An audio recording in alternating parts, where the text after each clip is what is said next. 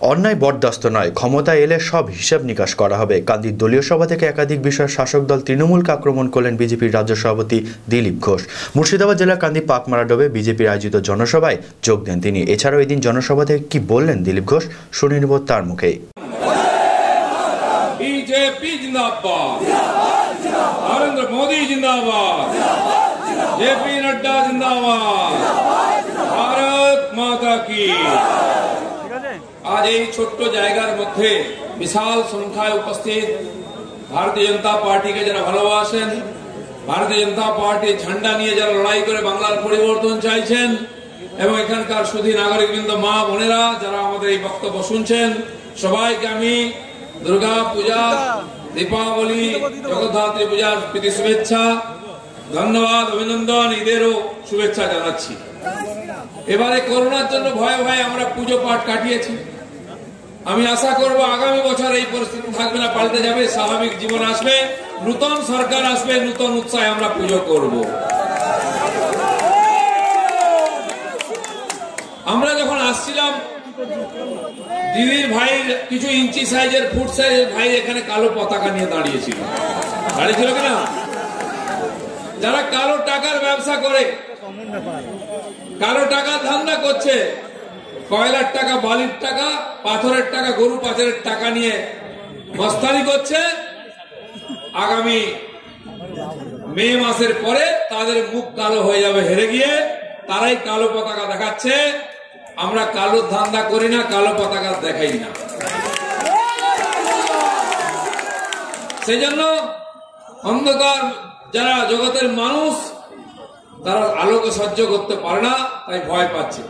আজকে দিদিমণি বাঁকুড়ায় গেছেন, বলছেন সাহস থাকে আমাকে জেলে ভরে দাও। তোমাকে জেলে ভরে কি আমাকে খাওয়াতে হবে? বাড়িতেই থাকো, ওখানেই থাকতে হবে পার্মানেন্ট, আর ওখানে ওয়েটিং এ পাঠিয়ে দেবো, বিশ্রাম করবেন, মে মাসের পরে রিটায়ারমেন্ট লাইফ লিড করবেন আপনি। কেন হঠাৎ আমরা জেলে যাওয়ার ভয় হচ্ছে? জেলে গেলে টিএমসি গুন্ডাদের হাতে 28,000 কেস চলছে আমাদের নামে, আমার নামে 40টা কেস চলছে, কিন্তু জেলে যাওয়ার ভয় নেই। কারণ আমি চিটিং করিনি, টাকা মারিনি, রেশন খাইনি, কারো ঝেড়ে বা চিটফান্ডের টাকা নিনি। টিএমসি আমাকে মিথ্যা কেস দিয়েছে, আমার মতো হাজার হাজার লোককে দিয়েছে, আমাদের 1 লক্ষের বেশি কর্মীকে দিয়েছে ফলস কেস। কংগ্রেস সিপিএম এর লোকেদের দিয়েছে, টিএমসির নেতাকেও দিয়েছে, বিজেপি না পালিয়ে যায় সেই জন্য। আমি বলে দিচ্ছি, যেদিন বিজেপি সরকার হবে তারপরের দিন এই সমস্ত ফলস কেস তুলে নেবো, সবার কাছ থেকে, টিএমসির লোকেদের উপর থেকেও তুলে নেবো। যারা পুলিশের ভয় দেখিয়ে রাজত্ব কায়েম করতে চাইছে, তাদের ক্ষমতায় থাকার অধিকার নেই। এরা মানুষকে ভয় পাচ্ছে। তাই দেখুন, প্রায় 118টা মিউনিসিপ্যালিটি কর্পোরেশন ইলেকশন বাকি আছে, ভোট হচ্ছে না কেন? জানে ভোট হলেই লোকে দিদিমণিকে গলা ধাক্কা দেবে, তার ভাইদেরকে গলা ধাক্কা দেবে। উন্নয়নের কথা বলছেন দিদিমণি, উন্নয়ন, রাস্তাঘাটে উন্নয়ন দেখা যায় না। হ্যাঁ, টিএমসি যারা কাউন্সিলর, তার বাড়িতে যান, দেখবেন উন্নয়ন কিরকম। পঞ্চায়েতের সদস্য, প্রধান, জেলা পরিষদ সমিতির বাড়িতে যান, এমএলএ বাড়িতে যান, দেখবেন কিরকম উন্নয়ন হয়েছে। এক একজন টিএমসি নেতার বাড়ির ছবি আসছে রাজপ্রাসাদের মধ্যে, আর লোকের বাড়ি ভেঙে পড়েছে। নরেন্দ্র মোদী 3 লাখ টাকা, 2.5 লাখ টাকা পাঠিয়েছেন প্রধানমন্ত্রী আবাস যোজনায় বাড়ি তৈরি করার জন্য। লোকের বাড়ি হচ্ছে না, যার নামে টাকা আছে তাকে বলছে আগে 20,000 টাকা দে, আগে 30,000 টাকা দে, তবে টাকা পাবো। আমরা গরিব মানুষ, কাঁচা বাড়িতে থাকি। তাই প্রধানমন্ত্রী বললেন মা বোনেদেরকে মাঠে যেতে হয় শৌচালয়ের জন্য। বৃষ্টি জলে, শীতের সময় অসুবিধা হয়, অসুস্থ হলে অসুবিধা হয়, প্রত্যেকটি বাড়িতে পাক্কা পায়খানা তৈরি করে দেবেন, শৌচালয়। টাকা পাঠালেন 10-10 হাজার টাকা, বললেন রাজ্য সরকার 3,000 টাকা দেবে, 13,000 টাকায় পাকা পায়খানা হবে। হয়নি, কারণ যার হাত নামে টাকা আছে তাকে বলছে 1000 টাকা দিয়ে, 2,000 টাকা দিয়ে, তবে হবে কি, তাই না? যারা পায়খানার টাকা খেয়ে নেয়, তাদের কাছ থেকে কি বাকি আছে খাওয়ার? তাই 1,000, 2,000 নিয়ে নেওয়ার পরে 8,000 টাকা থাকছে। বালি, সিমেন্ট, রড, উপরে টিন, কিছুই হচ্ছে না। দেওয়াল হলে দরজা নেই, দরজা হলে ছাউনি নেই। তাই পায়খানা ছোট ছোট প্রায় এরকমই হয়ে গেছে, তার দরজা আরো ছোট হয়ে গেছে। যার শরীর স্বাস্থ্য একটু ভালো আছে সে তো ভেতরে ঢুকতেই পারবে না। যদি আমাদের শিক্ষামন্ত্রী পার্থবাবু কোনোদিন আসেন আর তাকে যেতে হয়, টিএমসি জেলা প্রেসিডেন্ট তিনি যদি ভেতরে ঢুকতে চান পারবেন? ধাক্কা ধাক্কি করে ঢুকে গেলেও বেরোতে পারবেন না, দুজন লাগবে টেনে পারবেন। কারণ যার হাত নামে টাকা আছে তাকে বলছে 1000 টাকা দিয়ে 2000 টাকা তবে হবে কি, তাই না? যারা পায়খানার টাকা খেয়ে নেয় তাদের কাছ থেকে কি বাকি আছে খাওয়ার? তাই 1000 2000 নিয়ে নেওয়ার পরে 8000 টাকা থাকছে। বালি, সিমেন্ট, রড, উপরে টিন কিছুই হচ্ছে না। দেওয়াল হলে দরজা নেই, দরজা হলে ছাউনি নেই। তাই পায়খানা ছোট ছোট হতে প্রায় এরকমই হয়ে গেছে, তার দরজা আরো ছোট হয়ে গেছে। যার শরীর স্বাস্থ্য একটু ভালো আছে সে তো ভেতরে ঢুকতেই পাবে না। যদি আমাদের শিক্ষামন্ত্রী পার্থবাবু কোনোদিন আসেন আর তাকে যেতে হয়, বা বীরভূমের যিনি টিএমসি জেলা প্রেসিডেন্ট তিনি যদি ভেতরে ঢুকতে চান পারবেন? ধাক্কা ধাক্কি করে ঢুকে গেলেও বেরোতে পারবেন না, দুজন লাগবে টেনে পারবেন। তার ভাইরা কম এরকম হয়েছে। আজকে যে আমফান হলো, সুন্দরবন এলাকার হাজার হাজার বাড়ি ভেঙে গেছে। কেন ভেঙে গেল? টিনের বাড়ি ছিল, খড়ের বাড়ি ছিল। প্রধানমন্ত্রীর পাঠানো টাকাতে যে আবাস যোজনায় পাকা বাড়ি হতো, লোকের সর্বনাশ হতো না। কেন হয়নি? দিদির ভাইরা টাকা লুটে নিচ্ছে, অর্ধেক করে বলছে টাকা দেয় নাহলে ছাদ দেবো না। তার যেমন জব কার্ড নিয়ে নিচ্ছে পঞ্চায়েতে, ঠিক সেরকম তার অ্যাকাউন্টের বই নিয়ে নিয়েছে। আগে টিপছাপ দাও, তোমার কাছ থেকে 30,000 টাকা তোলা হবে, তারপরে তোমাকে দেওয়া হবে। এই ধান্দাবাজিটা বন্ধ করতে হবে। এর বিরুদ্ধে আমরা বলছি, তাই আমাদের কেস দিচ্ছে। আমাদের বাড়ি থেকে তুলে নিয়ে যাচ্ছে কর্মীদেরকে, জেলে ঢোকাচ্ছে। হাজার হাজার কর্মী জেলে আছে, হাজার হাজার কর্মী বাড়ি ছেড়ে পালিয়েছেন পুলিশের ভয়ে, আর 120 জনকে হত্যা করা হয়েছে। এই জেলার তো আমাদের কর্মী মারা গেছে। এই খুনের বদলা নেবো না এবং কিনা? কারো দয়ায় আমরা রাজনীতি করছি না। এই দেশের সংবিধান মেনে, কোর্ট মেনে, আইন মেনে আমরা রাজনীতি করি। কারো একটা পয়সা নি না, কাউকে চোখ দেখাই না। যারা এটা করছে তারা ভাবছে চিরদিন এরকম চলবে, চলবে না। উত্তরবঙ্গ বুঝিয়ে দিয়েছে, জঙ্গলমহল বুঝিয়ে দিয়েছে। এবার ভোটে আপনাদের দায়িত্ব বোঝানো। কাঁদির থেকে টিএমসি এমএলএ পাঠান, নাহলে যদি কংগ্রেস জিতে আবার টিএমসি তে চলে যাবে। গেছে কিনা? তাকে আপনারা গলা ধাক্কা দিয়েছেন। পরের জন যিনি দাঁড়িয়েছেন তারও ভরসা নাই। আজকে সিপিএম কংগ্রেস হাত মিলিয়েছে। সিপিএম এখানে প্রায় 35 বছর রাজত্ব, কংগ্রেস 30 বছর। কি পেয়েছি আমরা? সেই রাস্তার অবস্থা, সেই বাড়ি গাড়ি, সেই জল নাই, স্কুলের ছাদ নাই, রাস্তা নেই, লাইট নাই। সেই কংগ্রেস সিপিএম হাত মিলিয়েছে। এক খোড়া আর এক অন্ধ বন্ধু ছিল। খোড়া অন্ধের ঘাড়ে চাপতো, ওর চোখ আর এর পা চলতো। সিপিএম কংগ্রেস খোড়া আর অন্ধ হয়েছে। যে সিপিএম এর এক সময় 36টা এখানে এমপি ছিল, উপরে টিন কিছুই হচ্ছে না। দেওয়াল হলে দরজা নেই, দরজা হলে ছাউনি নেই। তাই পায়খানা ছোট ছোট হতে প্রায় এরকমই হয়ে গেছে, তার দরজা আরো ছোট হয়ে গেছে। যার শরীর স্বাস্থ্য একটু ভালো আছে সে তো ভেতরে ঢুকতেই পাবে না। যদি আমাদের শিক্ষামন্ত্রী পার্থবাবু কোনোদিন আসেন আর তাকে যেতে হয়, বা বীরভূমের যিনি টিএমসি জেলা প্রেসিডেন্ট তিনি যদি ভেতরে ঢুকতে চান পারবেন? ধাক্কা ধাক্কি করে ঢুকে গেলেও বেরোতে পারবেন না, দুজন লাগবে টেনে পারবেন। তার ভাইরা কম এরকম হয়েছে। আজকে যে আমফান হলো, সুন্দরবন এলাকার হাজার হাজার বাড়ি ভেঙে গেছে। কেন ভেঙে গেল? টিনের বাড়ি ছিল, খড়ের বাড়ি ছিল। প্রধানমন্ত্রীর পাঠানো টাকাতে যে আবাস যোজনায় পাকা বাড়ি হতো, লোকের সর্বনাশ হতো না। কেন হয়নি? দিদির ভাইরা টাকা লুটে নিচ্ছে, অর্ধেক করে বলছে টাকা দেয় নাহলে ছাদ দেবো না। তার যেমন জব কার্ড নিয়ে নিচ্ছে পঞ্চায়েতে, ঠিক সেরকম তার অ্যাকাউন্টের বই নিয়ে নিয়েছে। আগে টিপছাপ দাও, তোমার কাছ থেকে 30,000 টাকা তোলা হবে, তারপরে তোমাকে দেওয়া হবে। এই ধান্দাবাজিটা বন্ধ করতে হবে। এর বিরুদ্ধে আমরা বলছি, তাই আমাদের কেস দিচ্ছে। আমাদের বাড়ি থেকে তুলে নিয়ে যাচ্ছে কর্মীদেরকে, জেলে ঢোকাচ্ছে। হাজার হাজার কর্মী জেলে আছে, হাজার হাজার কর্মী বাড়ি ছেড়ে পালিয়েছেন পুলিশের ভয়ে, আর 120 জনকে হত্যা করা হয়েছে। এই জেলার তো আমাদের কর্মী মারা গেছে। এই খুনের বদলা নেবো না এবং কিনা? কারো দয়ায় আমরা রাজনীতি করছি না। এই দেশের সংবিধান মেনে, কোর্ট মেনে, আইন মেনে আমরা রাজনীতি করি। কারো একটা পয়সা নি না, কাউকে চোখ দেখাই না। যারা এটা করছে তারা ভাবছে চিরদিন এরকম চলবে, চলবে না। উত্তরবঙ্গ বুঝিয়ে দিয়েছে, জঙ্গলমহল বুঝিয়ে দিয়েছে। এবার ভোটে আপনাদের দায়িত্ব বোঝানো। কাঁদির থেকে টিএমসি এমএলএ পাঠান, নাহলে যদি কংগ্রেস জিতে আবার টিএমসি তে চলে যাবে। গেছে কিনা? তাকে আপনারা গলা ধাক্কা দিয়েছেন। পরের জন যিনি দাঁড়িয়েছেন তারও ভরসা নাই। আজকে সিপিএম কংগ্রেস হাত মিলিয়েছে। সিপিএম এখানে প্রায় 35 বছর রাজত্ব, কংগ্রেস 30 বছর। কি পেয়েছি আমরা? সেই রাস্তার অবস্থা, সেই বাড়ি গাড়ি, সেই জল নাই, স্কুলের ছাদ নাই, রাস্তা নাই, লাইট নাই। সেই কংগ্রেস সিপিএম হাত মিলিয়েছে। এক খোড়া আর এক অন্ধ বন্ধু ছিল। খোড়া অন্ধের ঘাড়ে চাপতো, ওর চোখ আর এর পা চলতো। সিপিএম কংগ্রেস খোড়া আর অন্ধ হয়েছে। যে সিপিএম এর এক সময় 36টা এখানে এমপি ছিল, আজকে বহুনি করতে পারলো না লোকসভায়। আমাদের মাহফুজা দেবকুমার এমএলএ ছিলেন সিপিএম এর। আজ ইনি এসছেন যে টিএমসি কে হারাতে হলে সিপিএম দিয়ে হবে না, বিজেপি চাই। এরকম বহু নেতা নেত্রী যারা পশ্চিমবঙ্গের ভালো চান, এই আসরিক শক্তির বিনাশ চান, তারা শক্তির বিনাশ চান, তারা বিজেপির ঝান্ডা ধরেছেন। দেখলেন এখানে হিন্দু মুসলমান নির্বিশেষে সবাই আজকে বিজেপিতে জয়েন করছে। এই মুর্শিদাবাদ জেলা মুসলিম অধ্যুষিত জেলা, কি অবস্থা আছে মুসলমানদের? কেন তারা গরিব? ভারতবর্ষের সব রাজ্যের চাইতে বাংলার মুসলমানরা গরিব। কে করেছে এটা? বিজেপি করেছে। কংগ্রেস, সিপিএম, টিএমসি এরা 70-75 বছর রাজত্ব চালিয়েছে। যদি মুসলিম বন্ধুরা গরিব থাকেন, অশিক্ষিত থাকেন, তার জন্য দায়ী কে? বিজেপি তো কোনো রাজত্ব করেনি, আমাদের কেউ ভোট দেয়নি। আজ লোকে বুঝতে পেরেছে যে সবাইকে দিয়েছে, সবাই ধোকা দিয়েছে, বিজেপি পারে। নরেন্দ্র মোদী দেখিয়েছেন খালি কথায় নয়, উনি বলেছেন সবকা সাথ, সবকা বিকাশ, সবকা বিশ্বাস।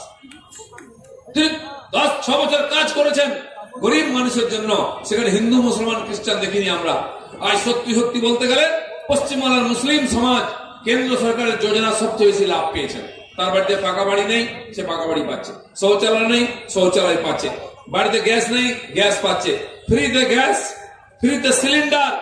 এমনকি এই যে কোভিড মহামারী হয়েছে, বাজার করার জন্য মায়েদের জনধন অ্যাকাউন্টে 500 টাকা করে পাঠিয়েছেন। কি পাঠিয়েছেন কিনা? আমরা খবর পেলাম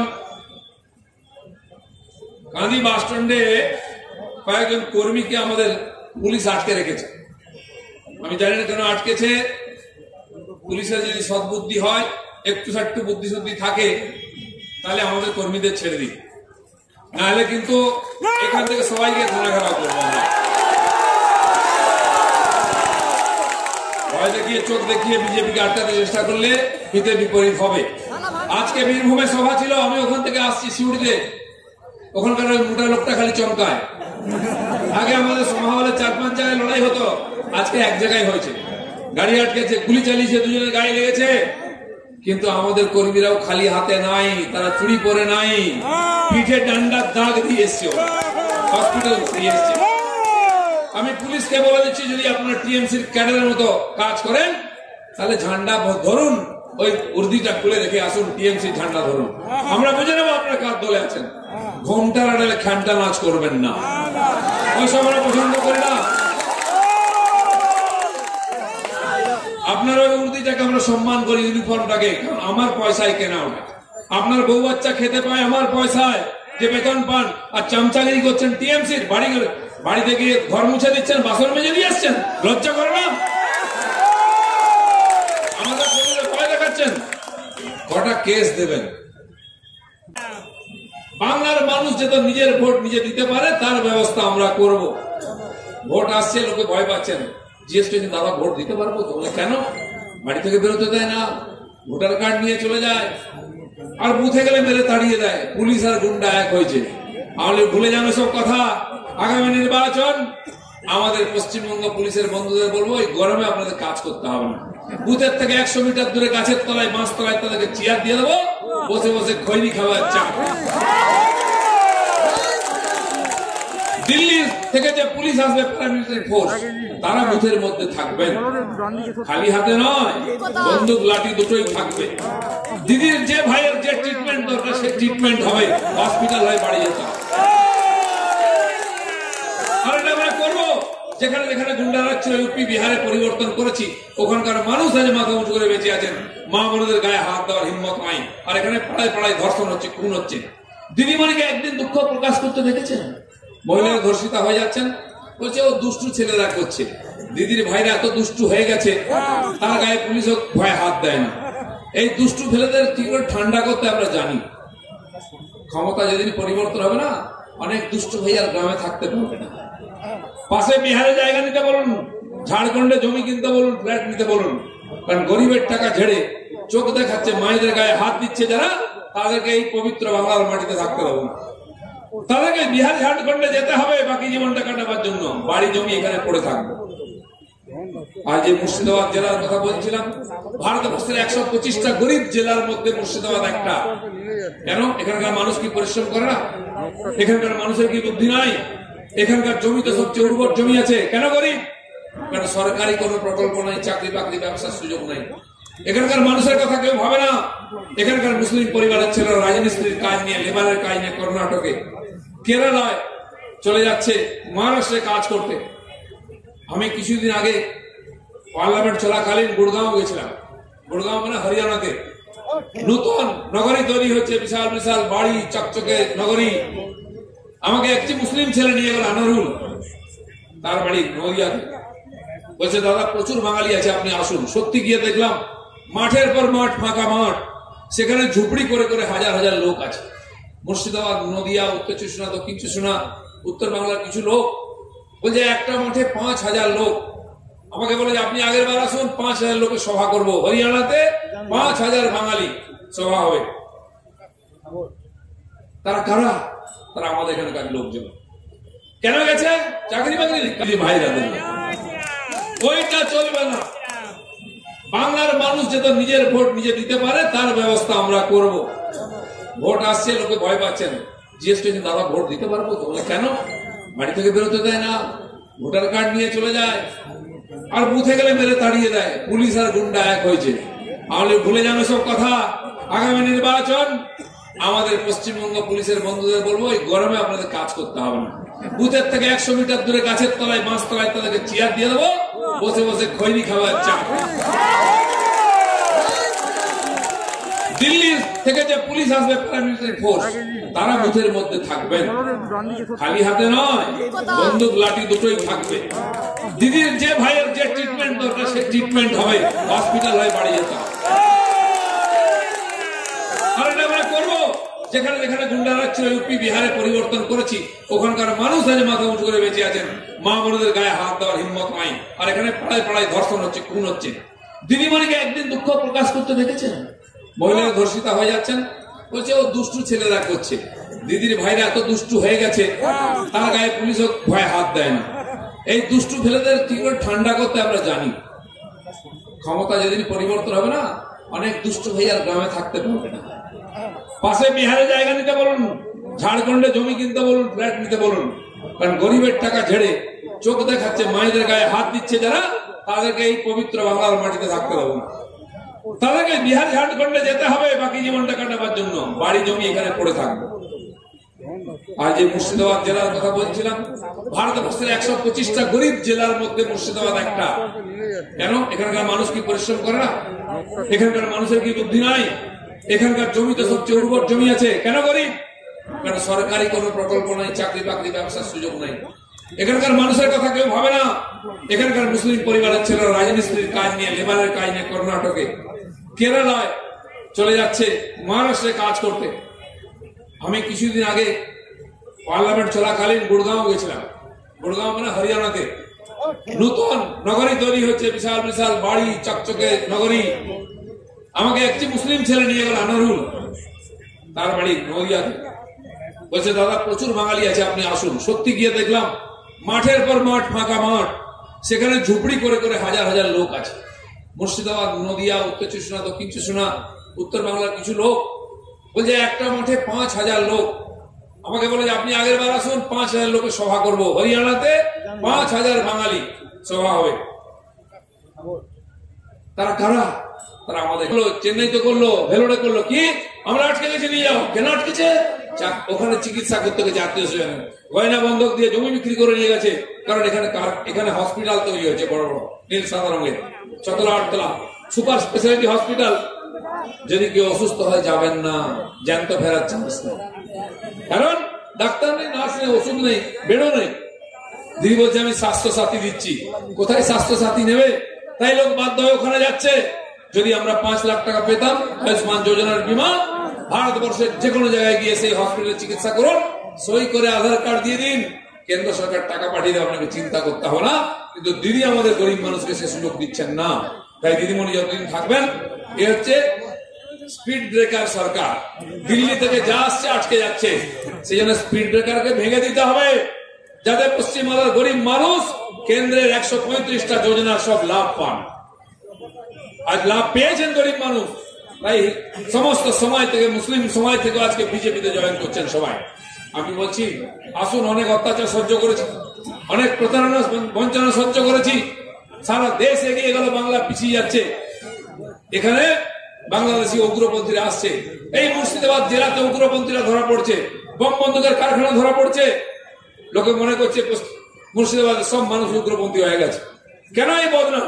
কি করে থাকে এখানে? সারা ভারতবর্ষে বোম বন্দুকের আওয়াজ নাই কেন? রোহিঙ্গারা ঢুকছে, আমাদের দেশে লোক কম আছে?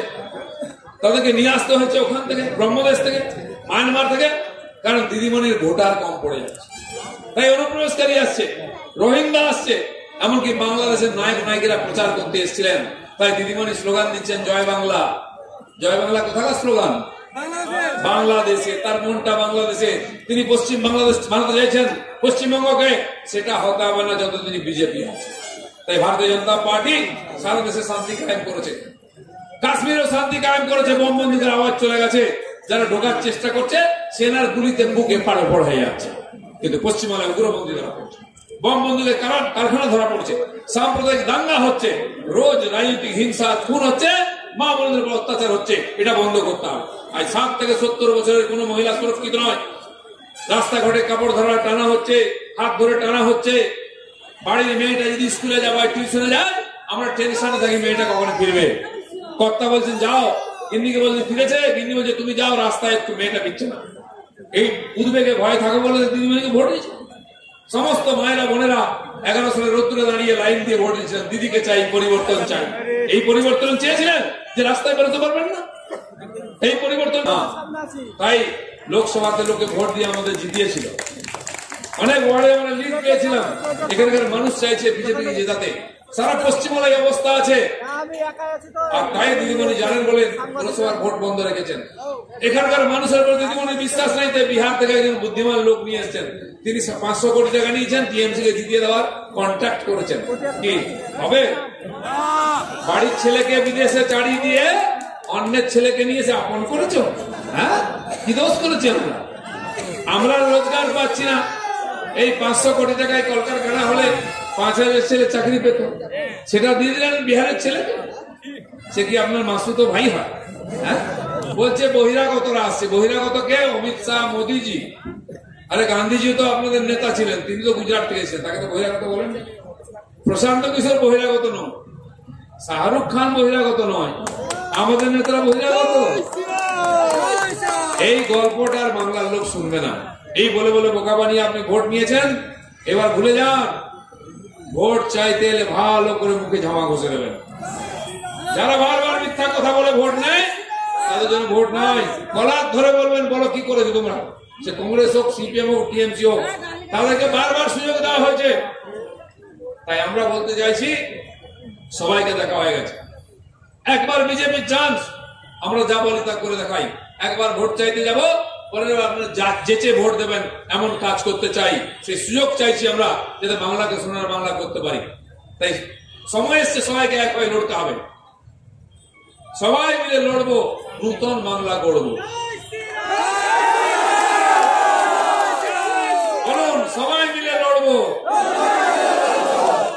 সবাই মিলে লড়বো, সোনার বাংলা গড়বো। বলুন, সবাই মিলে লড়বো। এই সোনার বাংলা গড়ার সংকল্প নিয়েছি আমরা। তার জন্য পশ্চিমবাংলার মানুষের সহযোগিতা চাই, আশীর্বাদ চাই। আপনারা লোকসভায় 2,30,00,000 ভোট দিয়ে আমাদেরকে বুঝিয়ে দিয়েছেন আপনারা বিজেপির সঙ্গে আছেন। বিজেপি কাউকে ধোকা দেয়নি। শ্যামা প্রসাদের পার্টি, অটল বিহারীর পার্টি, মোদীজির পার্টি। মোদীজি কাজ করেছেন, তাই গতবারে আমরা 17 কোটি ভোট পেয়েছিলাম, দেশে 24 কোটি পেয়েছি। এবারে আমরা বাংলায় 86 লক্ষ ভোট পেয়েছিলাম, এবার 2,30,00,000 ভোট পেয়েছি। বাংলায় 2 থেকে 18-তে পৌঁছেছি। কারণ আমরা ছোট পরিবারে বিশ্বাস করি না, বড় পরিবার, সুখী পরিবারে বিশ্বাস করি। ভারতবর্ষে 282 সিট ছিল, 303 সিট পেয়েছি। মোদীজির প্রতি মানুষের বিশ্বাস আছে, বিজেপির প্রতি বিশ্বাস আছে। এই বিশ্বাস নিয়ে বাংলায় বিজেপি সরকার হবে। মানুষের সংকল্প আর স্বপ্নকে সফল করব। আপনাদের সহযোগিতা চাই। যেভাবে ঝান্ডা নিয়ে লড়াই করছেন সেভাবে এগিয়ে ওখানেই থাকতে হবে পার্মানেন্ট। আর ওখানে ওয়েটিং এ পাঠিয়ে দেবো, বিশ্রাম করবেন, মে মাসের পরে রিটায়ারমেন্ট লাইফ লিড করবেন আপনি। কেন হঠাৎ আমার জেলে যাওয়ার ভয় হচ্ছে? জেলে গেলে আমি জেল থেকে লড়বো। আরে যখন জেলে যাবেন লড়ার কেউ থাকবে না, বাইরে একটাও ভাই থাকবে না, তারাও জেলে যাবে। হয় বহরমপুর জেলে, নাহলে কলকাতা সেন্ট্রাল জেল দমদমের, আর ভারী ভারী বড় বড় আছেন তাদের কটক ভুবনেশ্বর জগন্নাথ দর্শন করতে যাবে। আচ্ছা, আপনাদের কি জেলে যাওয়ার ভয় আছে? আমারও ভয় নেই। যারা অন্যের টাকা ঝেড়েছে, চিট ফান্ডের টাকা ঝেড়েছে, পঞ্চায়েতের টাকা, স্কুলের টাকা, রাস্তার ঘাটের আলো, জল, বিদ্যুৎ, আমফানের টাকা ঝেড়ে দিচ্ছে, তাদের এখন জেলের ভয় হচ্ছে। হবেই তো, সে সুযোগটা পাবেন। জানুয়ারি মাস থেকেও আরো জোর হবে, অনেক ভাইকে ওখানে থাকতে হবে, ভোটও করতে পারবেন না। সবে শুরু হয়েছে। যখন লোকের টাকা ঝেড়েছিলেন তখন মনে থাকেনি যে একদিন জেলে যেতে হবে?